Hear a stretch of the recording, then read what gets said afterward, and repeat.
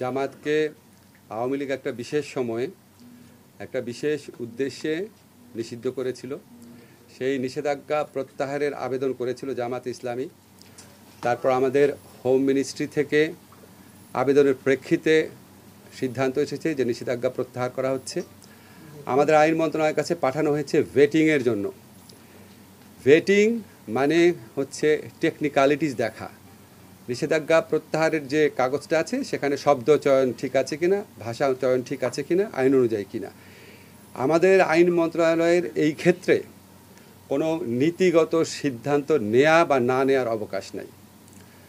এখন আপনারা বলতে পারেন যে জামাতের নিষেধাজ্ঞা প্রত্যাহারের ব্যাপারে স্বরাষ্ট্র মন্ত্রণালয় যে সিদ্ধান্ত নিয়েছে ওটার প্রেক্ষাপটটা কী। আপনারা সবাই জানেন যে আমাদের সমাজে কিছু মহল থেকে বহু বছর যাবৎ জামাত ইসলামীকে নিষিদ্ধ করার দাবি উঠত, বহু বছর যাবৎ। আমি ঠিক বেঠিক ওখানে যাচ্ছি না।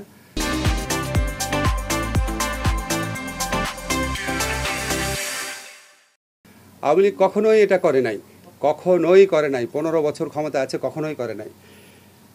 তারপর তারা এমন একটা বিশেষ মুহূর্তে এটা করেছে, যেটা তখন ছাত্র জনতার বিপ্লব চলছিল, গণ অভ্যুত্থান চলছিল। তারা এই ছাত্র জনতার গণ অভ্যুত্থানকে সন্ত্রাসী কর্মকাণ্ড, জামাত, বিএনপি, জঙ্গিদের সন্ত্রাস এইভাবে আখ্যায়িত করে এই আন্দোলনকে নির্মমভাবে দমন করার চেষ্টায় রত ছিল। নির্মমভাবে দমন করার চেষ্টায় রত ছিল, এটা বহু প্রমাণ আপনারা বহুভাবে পেয়েছেন।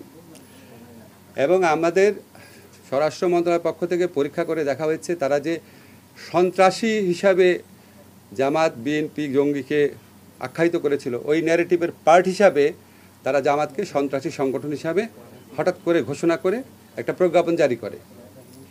তা আমরা তো আওয়ামী লীগ যে ছাত্র জনতার গণবিপ্লবকে সন্ত্রাসী কর্মকাণ্ড বলতে চেয়েছে, সেই ন্যারেটিভের পার্ট তো আমরা হতে পারি না।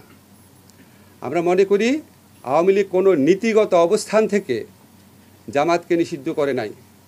আওয়ামী লীগ রাজনৈতিক অপকৌশলের জন্য ছাত্র জনতার বিপ্লবকে নির্মমভাবে দমন করার জন্য এই ইস্যুটাকে এইভাবে ব্যবহার করেছিল। তা আমরা ছাত্র জনতার গণ অভ্যুত্থানে পরাজিত এবং প্রত্যাখ্যাত একটি দলের অন্যায় ন্যারেটিভের পার্ট হতে পারি না। এটাই হচ্ছে আমাদের বক্তব্য।